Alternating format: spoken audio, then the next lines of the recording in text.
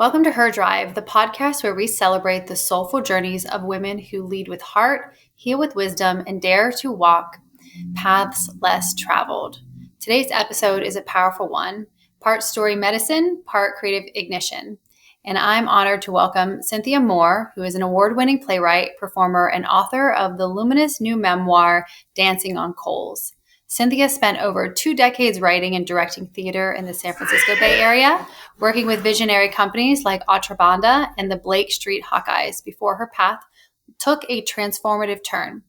She stepped away from the stage to pursue a master's in clinical psychology and has since spent over 23 years as a mental health counselor, deeply exploring the intersection of spirituality and trauma.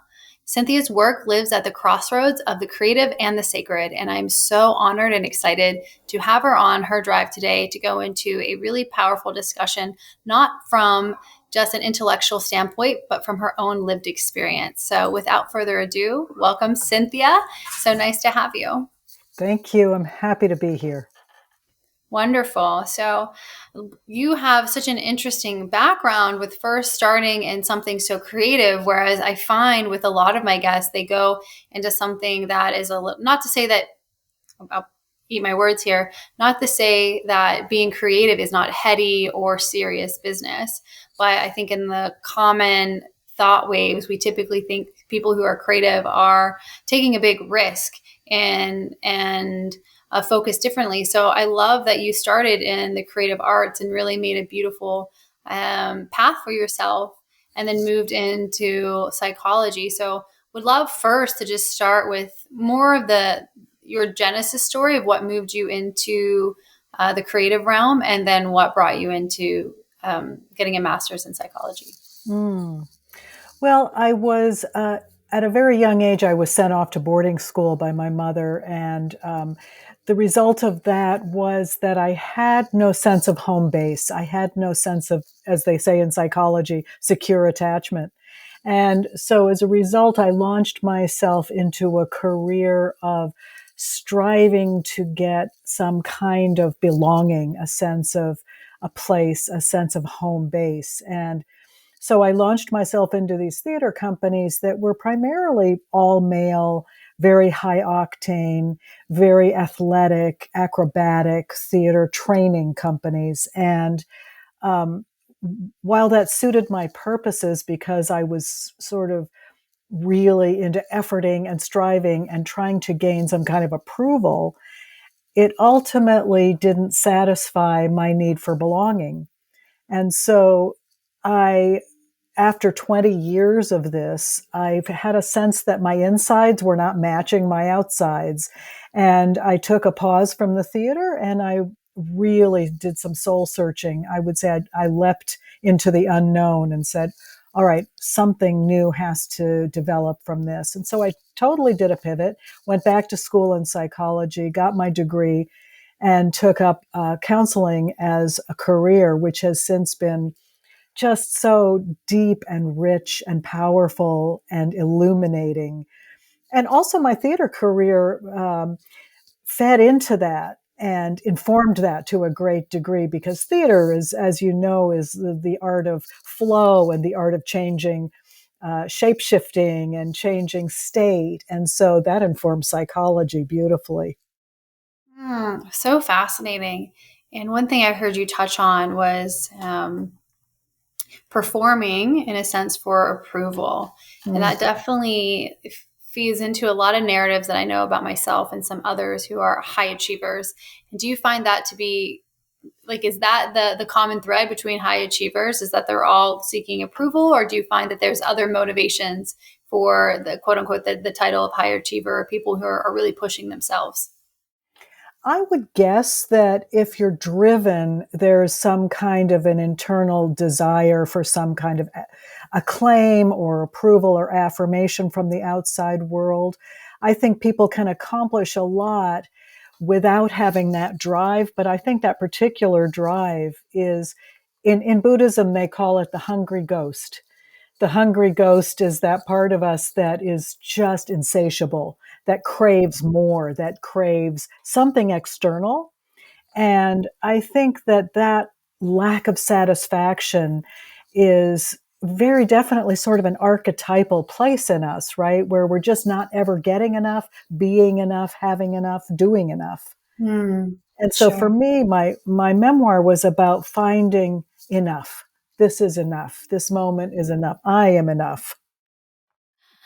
Well, you took me right where I want to go, which is kind of asking the question when we I think some people fear healing or may feel fear spirituality, or once they start to, well, maybe healing is the wrong word, but disentangle from narratives that are less than positive or less than helpful in some ways, that there's this concern or notice that uh, drive diminishes in some ways. At least for me, Mm, it happened for a little bit of time. Like I really was deep into these long practices, hours and hours and hours a day of like meditation and healing and yogas and energy work, etc., which was so powerful and potent. And maybe actually, as I'm saying this, maybe that was just achieving in a different realm.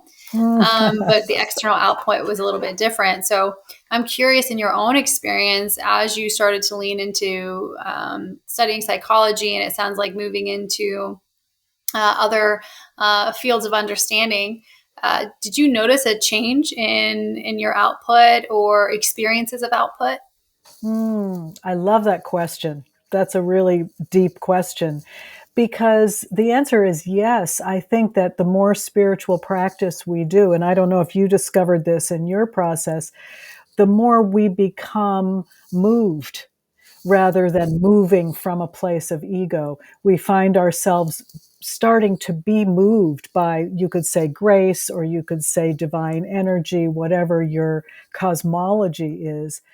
But there has to be a certain amount of surrender before you can be moved. And so that's the kind of sticking place, right? When people want to get a lot done. And I love how you mentioned we could be overachievers spiritually as well, right? Yeah, I think so. I was definitely the world's best Buddhist for a while. I used Buddhism, I used meditation to really to transcend my difficulties and my suffering. And I did not understand that it was about learning how to stay in it and to stay with it. But I do think that motivation and accomplishment do definitely change their source when you start to develop a strong spiritual practice. It comes not from ego, it comes from a different part of ourselves. I'd love to explore that point a little deeper, if you may. And just what source do you think that it comes from? Well, Carl Jung always said that the second half of life is one in which we pivot from an ego orientation to a soul orientation. And so if you think of the first half of life as being one where we have career, we have house, we have relationship, we have our position in the world. And then when we start to hit midlife, we start to wonder what um, our more transcendent parts are going to connect with, or how do we connect with source, or what is bigger than this life. And those are questions that lead many of us into a spiritual practice. And so I think the letting go of ego, the letting go of that part of ourselves that says, I need love, I need affirmation, I need approval, I need to belong. That's fine. That's what I would call my little self. My little self needed those things. But I have a bigger self. We all have a bigger self, which Mm. is the part of myself and the part of my clients that I work with frequently also, which is, what does your bigger self want? What is your bigger self connected to? And so when you begin to drop some of the ego drives, you begin to find yourself doing things that are surprising. Publishing this book was actually surprising to me. It sort of came from a willingness to turn things over and allow things to happen to me that I wasn't in control of. Mm. And it was kind of magical when that happened. And I was, oh, okay, this is not my will making this happen. Yeah. Yeah, I love that. And I definitely identify with the magic of life and being in this flow. And oh goodness, the first time I heard someone talking about just like going with the flow downriver and not trying to paddle up, it was Esther Hicks before I realized Esther was channeling Uh, Abraham, right? mm, And I just thought, wow, what a concept that must be. And at that point in my life, I was very much like charged, motivated, doing the things, trying to do all the right things, meditating and stuff, but just in a different, like more forceful, less, still heart open and loving, but there was still much more, as you would say, like the smaller self ego attached to it, and more so running away from things rather than expanding into. Yeah. yes, that's Yeah. beautiful. I think running away from things is our human tendency, right? We are designed to avoid suffering and to avoid trauma. And so we have these incredible skills. When you think of the skills we have of avoidance, denial, distraction, it's quite remarkable that the human psyche can do that so well. And Oh, it's really absolutely. it's counterintuitive to learn to stay in the experience of discomfort. Sure. And for people who they may not even know, first of all, that they disassociate. So maybe we should start there. What are some ways that a person might tell or self-identify that they may be running away rather than sitting in an experience that is uncomfortable? Hmm. Well, I believe I work very passionately with the felt sense, with the body, with the somatic experience. It sounds like you do too with your yoga practices. But asking clients to really track internally what they're sensing, what they're feeling. And often I'll ask people to close their eyes and drop in and tell me what's happening in their body. And so the body doesn't lie. The body will tell you there's something that I'm tight, I'm protecting, I'm guarded, I'm bracing against something. And so often the ability to stay with something involves relaxing and softening and dropping in and allowing, which is a whole different state of being. And you could even say that the fight flight state or the sympathetic nervous system state of fight flight is one of pushing and striving and efforting and keeping away. And so to learn to recognize when we're in a fight flight state and to learn how to shift out of that into what I call the ease release state, Oh, that's a really key skill. And especially nowadays in this world of massive fight flight that we're in with the news and the country the way it is, I think we need to learn how to manage our nervous systems better every day. oh, I fully agree with you. In my work and in my self practice, it's a lot of nervous system focused, even if that's not the specific language being used. That's the center that's being targeted. And I'm curious, in your own healing path, um, was it difficult to release and be in ease? And what are some signals that like the body is maybe throwing flares up, like, oh, this is uncomfortable. I don't know if this is right or not. And Mm, how did you experience it? mm. It takes time. I like to say that when clients come in the door, they often have about 80% activation states and 20% ease release states. And, if I can find the ease release state and how they get there, sometimes it's in nature, or sometimes it's with yoga or physical movement, or sometimes it's spiritual practice. And we can start to build on that and develop awareness of that, then gradually they begin to notice also where are they in fight flight and what does it feel like when they're in fight flight. So they can say, I'm activated. I'd say on a scale of 1 to 10, how activated are you right now? I'm about an 8. Okay, well, that's good to know. So, can you dial that back at all? Can you bring in some ease release, or can you use imagery or physical mood shifting sensations to shift more into an ease release state? And so, by the time, after a while of practicing, they begin to notice I'm activated. Let me breathe. Let me calm. Let me drop in. Let me see if I can shift state. And with practice, that becomes a muscle. So you get good at it. You start Mm, to be able to do it before it comes. You can yeah. recognize triggers before they show up. And so by the time they've done some work, or this is how my experience went, now I'm mostly in the ease release state. And every once in a while I get activated. Mm-hmm. Yeah, Better, yeah, yeah, yeah. better percentages. Beautiful. I love to hear that. Oh, wow. So to me, I want to kind of recount this. What it sounds like is the first thing a person, while they're moving into this process, is number one, identifying that they are in contraction of some sorts Mm, or moving into that higher activated state. And then once they've identified that's where they're at, they can then identify what tool is best used at that moment in time and mm. then start to go with the tool. But the key is remembering that you're activated and that you have a whole resiliency basket or toolbox to work with. Exactly, exactly. Because when we're activated, by definition, we're not self-aware, right? Right, right. Yeah, So yeah. people will often say, I'm not activated. It's like, here's the mirror. And everyone Beautiful. has different tools. As you know, some people are kinesthetic and they need a body-based tool. Some people are imagistic and they need a visual aid tool. Some people use audio and they need a mantra or a song or music Hmm. or a word repeated tool. So we all have different tools that work for us. Yeah.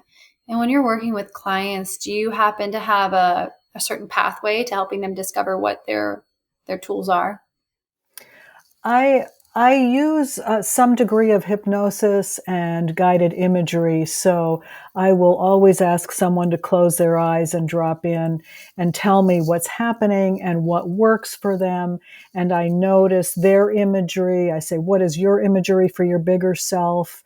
For some people, it's a visual image or a goddess, or for some people, it's an archetype. For some people, it's a tree, or some people it's walking through nature. So whatever works for them, then I will use that languaging to help them access this place of ease release for them, because we can't impose our own toolbox on somebody else. They've got to find their own. But I love you can ask a client, where do you feel most alive? that. Mm, Where do you feel most connected to source? Where do you feel most expansive? mm.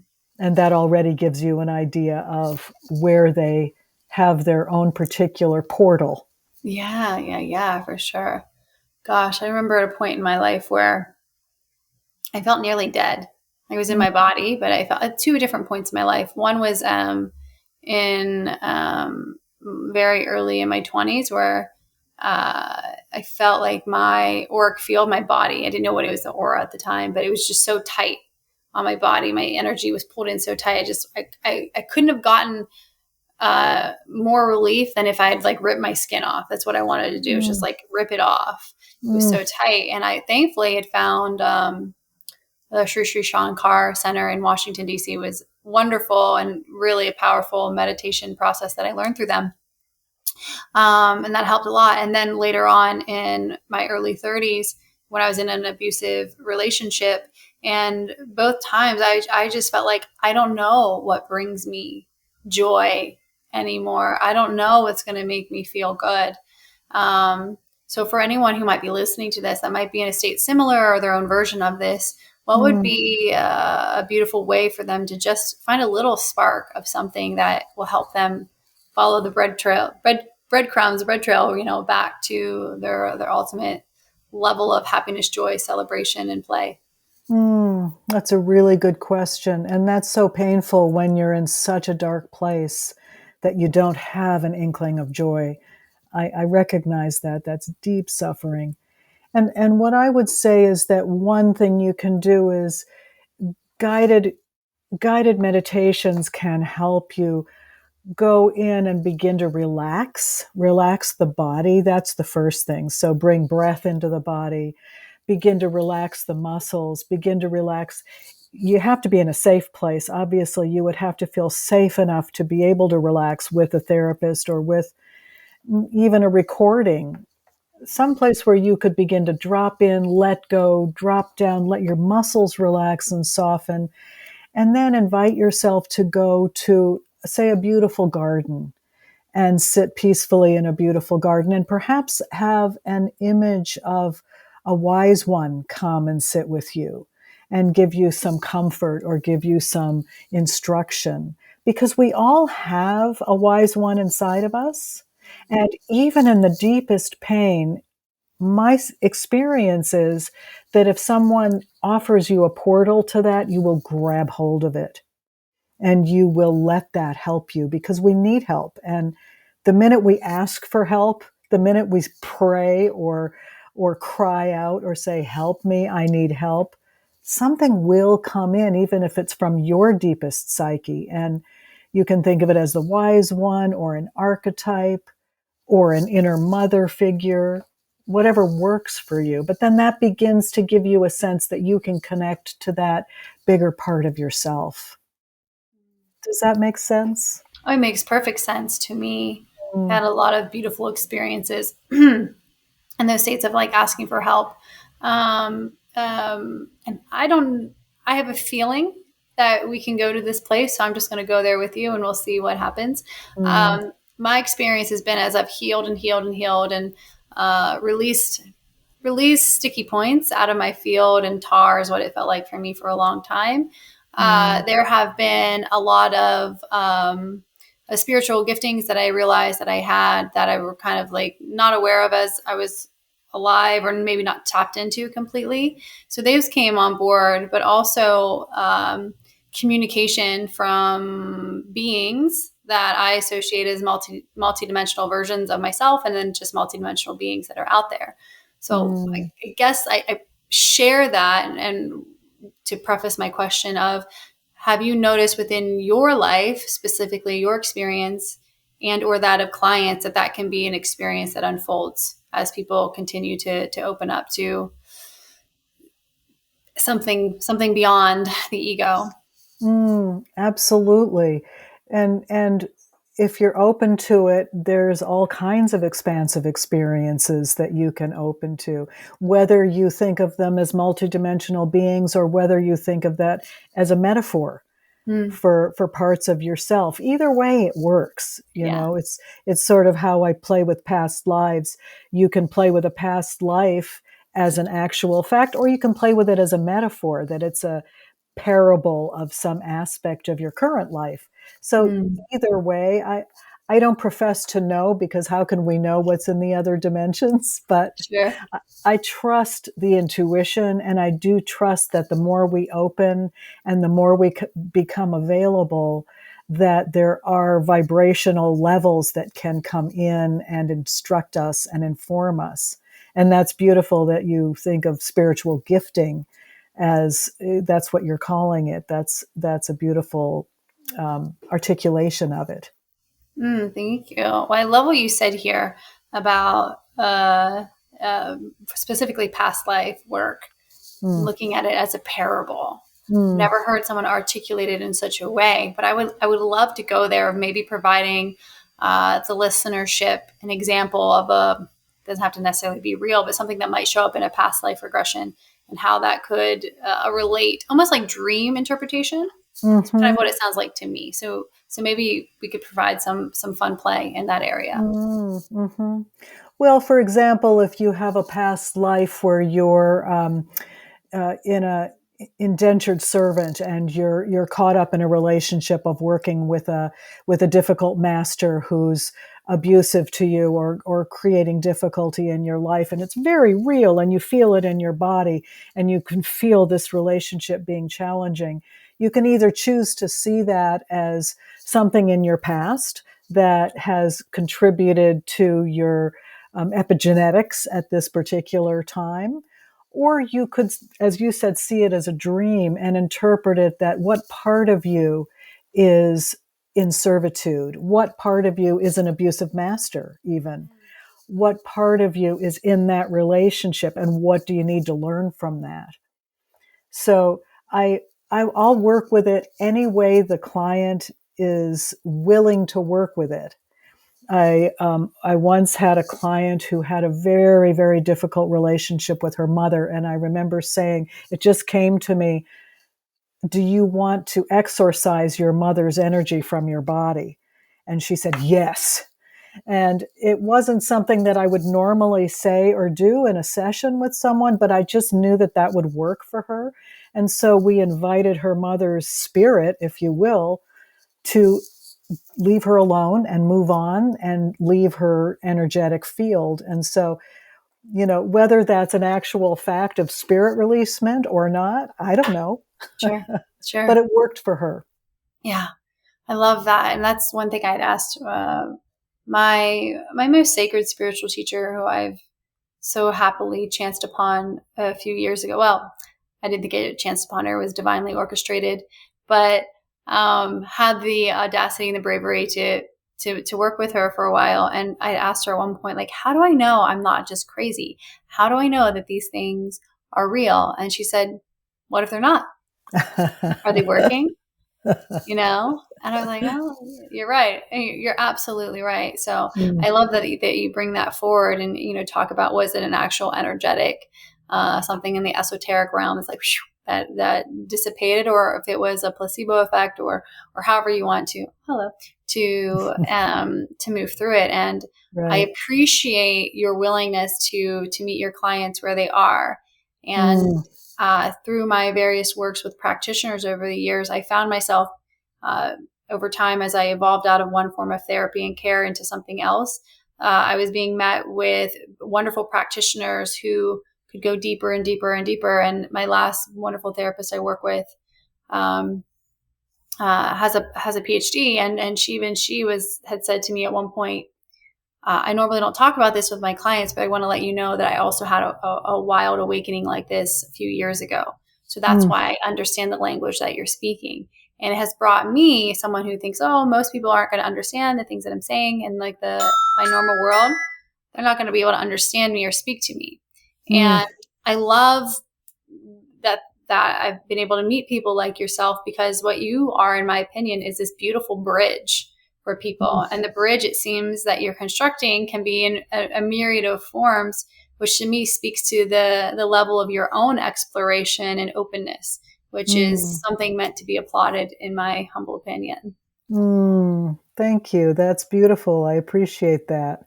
That means a lot to me, to be thought of as a bridge. I accept. Beautiful. Well, thank you for letting me, share that with you. And Mm. as you moved into studying psychology and moved into this space, did you already have a spiritual practice in place? I know you had mentioned Buddhism, but I would love to kind of know the arc of your experience in this space, not just within psychology, but also the spiritual studies as well. Mm.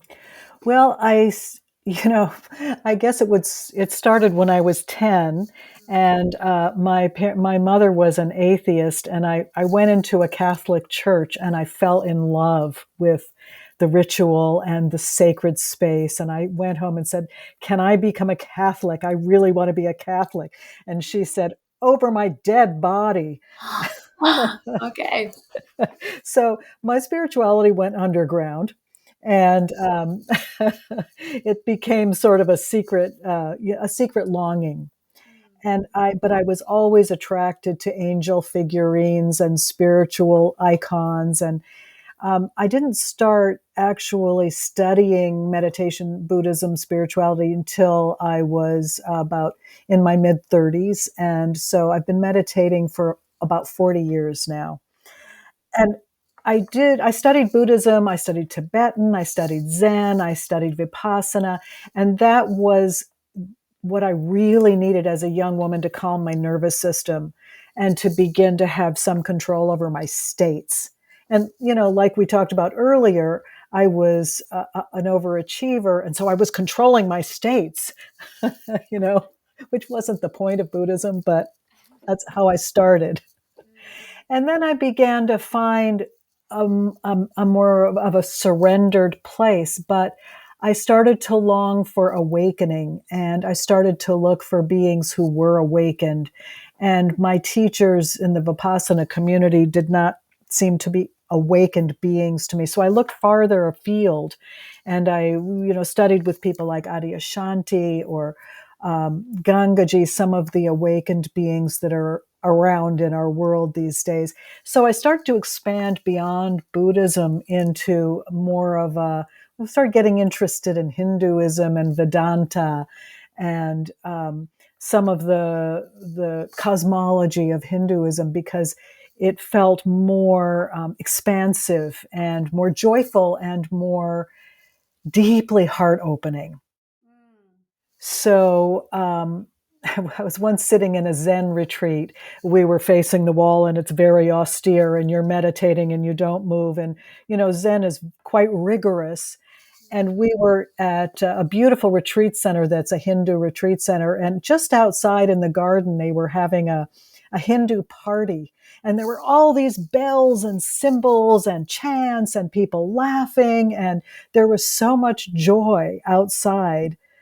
I think that's when I started to think maybe I'll maybe I'll go join that crowd instead of this crowd. Oh, I love it. I love it. I love it. I love it. And something that my beautiful beloved partner and I discuss quite often in the ceremony spaces that we're holding and just in life. And it's around, at what point do we do all this healing, self-exploration, connection, et cetera, et cetera? And do we stop focusing on there's something to fix and there's Mm, something more to just celebrate and enjoy and be in yes. presence of? And Yes. and to me it sounds like your soul was finally ready, like, let's play, Cynthia. Yeah. Yes, absolutely. Yes, let's Yeah. find joy. Yeah, Yeah. let's take the focus away from the suffering. We've done enough work because Yeah. we've been 35 years on this. Let's find some joy and some expansiveness and some bliss and some devotion. The Buddhist traditions don't have a lot of devotion, but I love the bhakti tradition of yoga, where it's just devotional and you chant and you experience this deep abiding love. So that's where my spirituality has taken me, How to the beautiful. heart, straight to the heart. Yes. Yeah, yeah, yeah, yeah, yeah. I feel you. I always say my heart's my superpower. Mm, So yeah. beautiful. Wow. Congratulations to you. It's such an odd Mm, thing to say, but I think it's worth celebrating. yes. Yeah. Wow. So another personal question. What are some beautiful like rituals or practices that you may do daily, weekly, monthly, annually that bring you into this more like accepting flow, present state that you seem Mm. to embody so well? I meditate daily. I have a practice where I read some spiritual text. I do a meditation, and then I pull a card, some kind of a auspicious card for the day. One thing I used to do every year for many, many years was I would do a vision quest every year. And it was a practice where you would go out in nature for 3 days and fast and just be in nature and see what comes. And the process of fasting and being in nature without any reading material or anything to do drops you down into the present moment inevitably, uh, every time. And so you become deeply present and deeply aware of your surroundings and connected to the tiny trail of ants on the path in front of you. And that I think I would say that was my most significant practice I've ever. And then I would come back and process that for the whole year and go out again the next year. So, and I have a couple of groups of women that I work with, that I'm in circle with and ritual with. We do solstice practices, we do circles, we I have one group of women where we have spent the night in the cathedral, in Grace Cathedral in San Francisco every year, which has been a lovely practice to hold women in the cathedral for an overnight.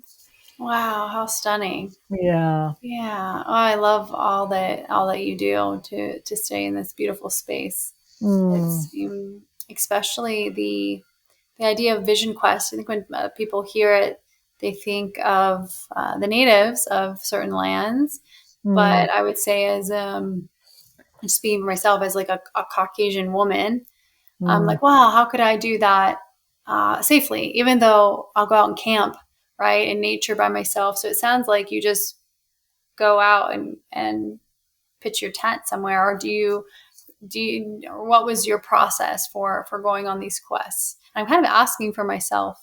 mm. Yeah, like maybe I'll do Well, this. it's a wonderful thing. I so recommend it.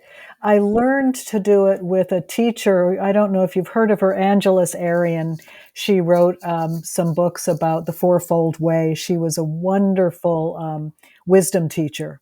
Okay. And she started taking us out on Vision Quest. And then after that, I continued the process. So I found a safe place, like a friend who had property, perhaps, enough that you can really get away. And the most important part is to set intention, to really set intention that you're going to be open and you're going to see what comes and you're going to honor what comes to you. And the fasting really helps you to drop out of ego very quickly. And so find a safe place, give yourself at least 2 overnights, take a lot of water, Yeah. and see what comes. And it became so embedded in my system that now I'll say, even if I'm just going on a trip to Italy, I'll say, this is my vision quest this year. And I'll set my intention to see what shows up. And whatever shows up tends to be magical and sacred because I'm looking at it through Vision Quest eyes. Yeah, I love the intention of stating that if it's not coming through directly. Mhm. Yeah, for sure. I look back on some experiences I've had, and I can tell they were absolutely changing zip codes, changing country codes. Absolutely was an initiation of sorts. And this year, I know for sure. I was guided last year to the UK, to Glastonbury, and then the being within was telling me certain places to go, and I was just following the turn right, go straight, go to this waterfall. Mm. And after that journey was coming to a close, I was told Egypt is next. Go to Egypt Ah, next. So I believe exactly what you're saying. Like, and I don't even think it's necessarily a belief. It probably can be scientifically proven in some sort of what travel can do, and especially when you add in that mindful intention, you can quantumly shift things relatively quickly as long as you're open. absolutely. And we tend to be more open when we're traveling, right? Because we're not fettered by our to-do list or our scheduling or our, social media that keeps us rooted in the here and now. And so we're available. I love that. Turn left, go to Glastonbury, go to Egypt. That's Right. a Yeah. that's a great metaphor for how we can be in life Hmm. really available Yeah. to the direction that Yeah. comes. Yeah, definitely. Well, you've mentioned the vision quest, and you also mentioned Vipassana. So both of those lead me into this question in regards to spaciousness.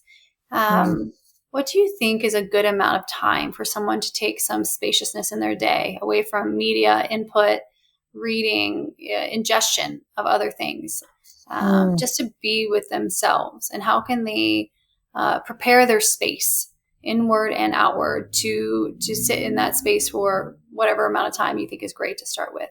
Mm, I love that. I would never legislate for someone else because everyone has their own way to do it. And some people can do it in 5 minutes, and some people can do it on the run, and some people can't sit at all.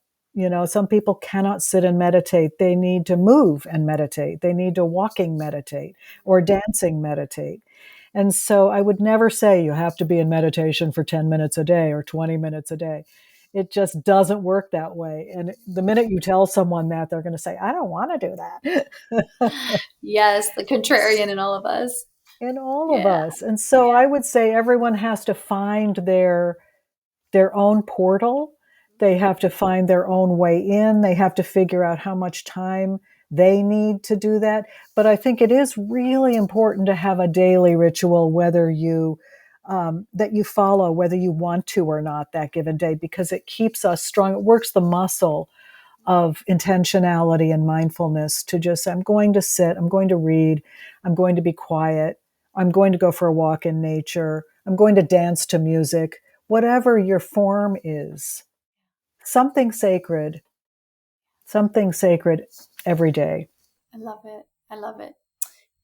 Well, if you could go back in time and give a younger you some words of wisdom, to what age would you travel and what would you say? I'd probably go back to that 10-year-old that wanted to be a Catholic. And I tell her, this is a really important part of you. This makes you who you are, this longing for the sacred. I see that little tail behind you. And you will get it. You will find it. It will support you and sustain you and give you comfort. And don't lose hope, because something within you is going to survive this childhood, and something within you is going to be a beacon of wisdom for others. So trust yourself. That's what I would say. Trust yourself. Absolutely. What a beautiful message. And with that, Cynthia, I just want to open up the floor. If there's anything you would love to share and touch on before we close out our conversation. I would just invite everyone to remember to take a breath, to remember to check in with their heart, to really be gentle with their hearts and cultivate the ability to find that bigger self and come from that bigger self and live within that bigger self as much as possible. Yeah. Yeah. So beautiful.